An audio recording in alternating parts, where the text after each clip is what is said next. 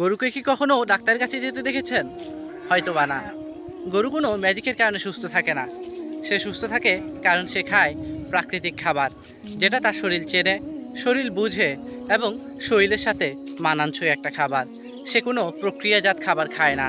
সে খায় কাঁচা এবং সতেজ খাবার।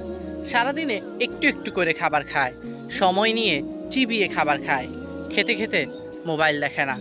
সে মাটির সাথে থাকে, বাতাসের সতেজ নিঃশ্বাস নেয়, সূর্যের আলো পায়, দৌড়ে বেড়ায়, হেঁটে চলে বেড়ায়, স্থির থাকে না, ঘরে বসে থাকে না। আর আমরা মানুষ খাবার খাওয়ার সময় ঘড়ি দেখি না, খাবারটা আমার শরীর চেনে কি না সেটাও কখনো ভাবি না।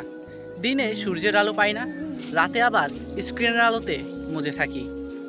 অবাক হই আবার আমার গ্যাস্ট্রিক কেন, এই রোগ কেন, ওই রোগ কেন ইত্যাদি চিন্তা করে। কত অদ্ভুত, তাই না? প্রকৃতি থেকে এত দূরে গিয়েও আমরা আবার সুস্থ থাকার আশা করি। নাময় যন্ত্রণার গল্প শেষ হোক এখনই।